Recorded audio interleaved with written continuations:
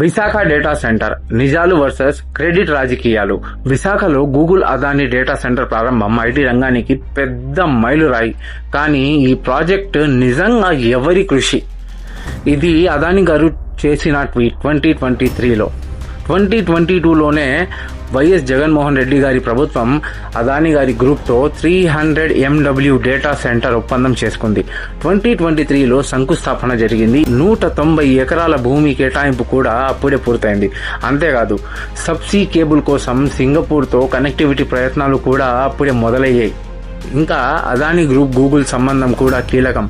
అదానీ గారు నిర్మించిన data centre infra, Google technology ఇద్దరి భాగ్యస్వామ్యంతోనే ఈ ప్రాజెక్టు పూర్తయింది. ఒకటి జగన్మోహన్ రెడ్డి గారు అండ్ అదానీ గారు.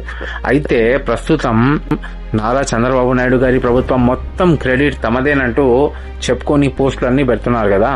కానీ జీవోలు, భూమి బదిలీలు చూస్తే అదానీ పాత్ర స్పష్టంగా కనిపిస్తుంది.